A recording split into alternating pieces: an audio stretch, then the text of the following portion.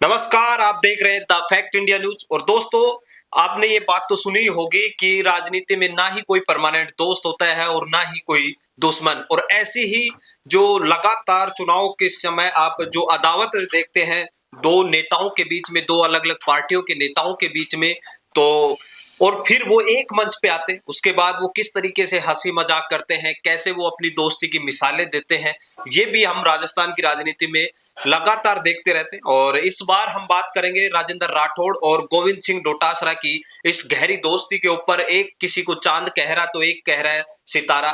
तो हमारे साथ इस पूरे टॉपिक पे बात करने के लिए जुड़े हैं हमारे editor in chief Varun Bansali sir. और सर, चुनाव आए, जातिवाद हुआ, राजनीति हुई, कांग्रेस बीजेपी हुआ, और वैसे उसके बाद एक मंच पे आते ही जो कैमरे के पीछे वाली दोस्ती है उसका बयान करना, उसको बताना लोगों के बीच में, ये कैसी राजनीति।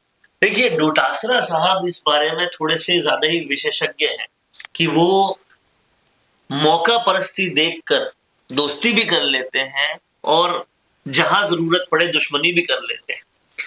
ये बात केवल राजेंद्र राठौड़ के साथ नहीं हुई। आप देखिए, किरोड़ी लाल मीणा के साथ भी ट्विटर पर बहुत दो दो हाथ हुए और उसके बाद शादियों में मिलकर साधु तक कह दिया। उसके बाद हमने देखा कि सीएम भजनलाल शर्मा से बहुत तू मैं हुई विधानसभा में। उसके बाद विधानसभा में दोनों की हाथ मिलाते फोटो भी सामने आई। और अब जिसके साथ सबसे ज्यादा घमासान हुआ, ट्विटर पे कह लीजिए, भाषणों में कह लीजिए, वो राजेंद्र राठौड़ के साथ भी दोस्ती करते हुए नजर आए। और दोस्ती सिर्फ ऐसे नहीं कि हाथ मिला लिया, बहुत सारे कसीदे भी एक दूसरे के लिए पढ़ते हुए नजर आए। इससे एक बात तो समझ में आती है कि दिखावे की दुश्मनी होती है और शायद दिखावे की दोस्ती होती है। जहां जिससे जैसा फायदा मिले वैसे काम होते चले जाते हैं। यहां तक भी हुआ कि राजेंद्र राठौड़ एक मंच पर बैठे थे और डोटासरा ने हाथ जोड़ लिए। हाथ जोड़ के कहते हैं कि साफ सीकर संभाग बना दो, अब तो ये हमारे लिए बहुत जरूरी है।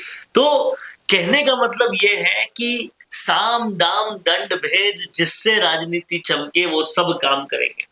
पर सबसे बड़ी बात यह है कि अगर डोटासरा की स्थिति कांग्रेस में और राठौड़ की स्थिति बीजेपी में देखें तो लगता है कि कहीं ना कहीं दोनों ही इस तरीके से अपनी स्थितियां बयां कर रहे हैं कि ना राठौड़ अभी बीजेपी में मुख्य धारा में आ पा रहे हैं और ये प्रदेश अध्यक्ष होते हुए भी असर सचिन पायलट और दूसरे नेताओं का ही दिख रहा है। तो दोनों ही कहीं ना कहीं अपने अस्तित्व को चमकाने में लगे हुए हैं, लेकिन उस तरह से चमक नहीं पा रहा। तो कहते हैं ना कि दो लोग जो एक ही कंडीशन में होते हैं वो कहीं ना कहीं फिर से दोस्त बन जाते हैं। और डोटासरा के साथ ये हमेशा देखा गया है कि वो सत्ताधारी पार्टी के साथ पर्दे के सामने अलग है और पर्दे के पीछे अलग है।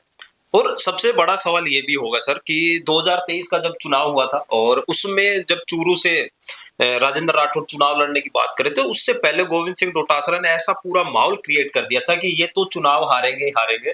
और राजेंद्र राठौड़ जो कि चूरू की सीट छोड़ के तारानगर गए, वहां पे नरेंद्र बुडाणिया के सामने लगभग 10,000 वोटों के आसपास से वो हारे। लेकिन सबसे बड़ी बात ये रही कि तारानगर से चुनाव लड़ने के बाद जो चूरू की सीट छोड़ी थी वो तो बीजेपी जीत गई। ये कैसे देखेंगे आप कि इतना माहौल क्यों क्रिएट किया कि राजेंद्र राठौड़ को सीट छोड़नी पड़ी। देखिए, ये राजस्थान की एक बहुत मेंटालिटी कह लें कि जिन सीटों पर जाट राजपूत दोनों जातियों का दबदबा होता है वहां पर लड़वाकर ही जीतना उनके पास एकमात्र विकल्प बचता है। और यही हुआ चूरू की सीट पर। आप लड़ लिए सांसद की सीट पर, हार गए विधायक की सीट। और यही कहीं ना कहीं आपने दूसरी जगहों पर भी किया।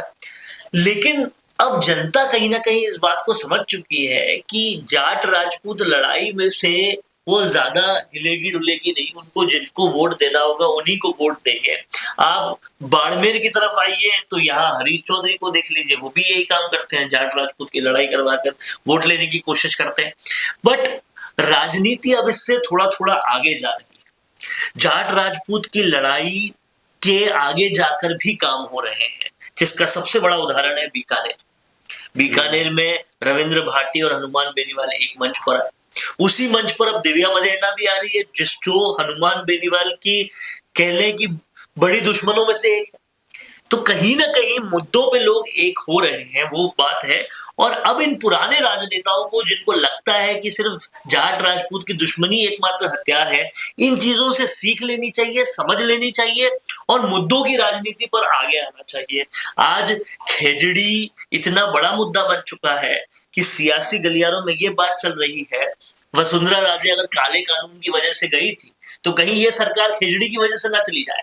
इतना बड़ा मुद्दा बन चुका है और उस पर सब लोग एक आ रहे हैं। लेकिन फिर भी कुछ लोग अगर जाट राजपूत की दुश्मनी को ही अपना हथियार बनाना चाह रहे हैं तो उनको उससे बाहर निकलना पड़ेगा, क्योंकि अब राजनीति भी अपडेट हो रही है, वो पुरानी राजनीति नहीं रही। तो सबसे बड़ा सवाल ये भी है ना सर कि चुनाव के टाइम में जाट राजपूत की दुश्मनी देखी जाती है, चुनाव जैसे खत्म, राजस्थान में लगभग ये हो जाता है कि जातिवाद खत्म। और ऐसा नहीं है कि सिर्फ राजेंद्र राठौड़ और गोविंद सिंह डोटासरा की दोस्ती है, अशोक गहलोत, वसुंधरा राजे की लगभग आपने देखा ही होगा 3 या 4 टर्म हो गए उन दोनों की दोस्ती। उसके अलावा और बड़े नेता किन्हीं को भी उठा लेके देख लीजिए और वो सारे के सारे मतलब एक चुनाव के टाइम दुश्मन है, उसके बाद पर्दे के पीछे दोस्त। अब समझने वाली बात यहाँ पर ये भी है कि ये अभी तक इसलिए हो रहा था क्योंकि ये समझते थे सारे पुराने राजनेता कि चुनाव पास में आते हैं तो कोई मुद्दा बड़ा कर दो, बाद में जनता भूल जाएगी और फिर अगले साल, अगली बार जब चुनाव आएंगे पुराने मुद्दों को भूल जाएगी। तो चुनाव के पहले ही जो हाइप बनाने के लिए करना है वही अंग्रेजों की पुरानी पॉलिसी, डिवाइड एंड रूल करो और उससे काम चलाओ। लेकिन अब सोशल मीडिया का जमाना बहुत ऊंचा जा चुका है। अब गड़े मुर्दे गड़े नहीं रहते, वो सबको पता रहते हैं, जिंदा रहते हैं और वक्त आने पर YouTube, Facebook के तहखानों से निकाल दिए जाते हैं। इसीलिए अब इस प्रणाली को भी इन नेताओं को बदलना होगा कि आज कुछ कर लिया, कल फिर बदल लिया, लोग भूल जाएंगे।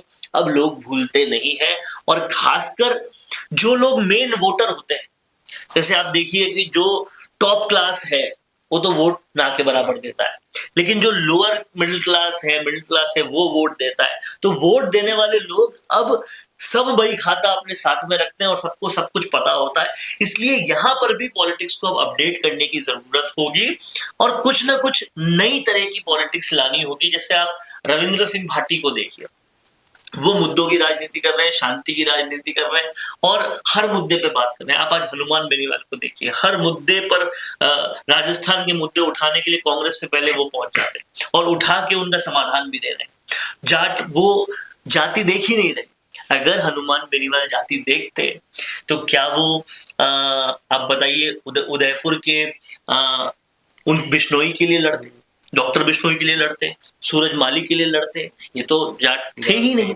और भी कई ऐसे लोगों के लिए लड़े। तो राजनीति में जिस तरह से बेनीवाल या भाटी अपडेट होके आगे बढ़ रहे हैं, मुद्दे उठा रहे हैं, जनता की समस्याओं को हल कर रहे हैं, केवल धरना नहीं दे रहे, उसकी समस्याएं भी दे रहे हैं, इस तरह की राजनीति चुननी होगी।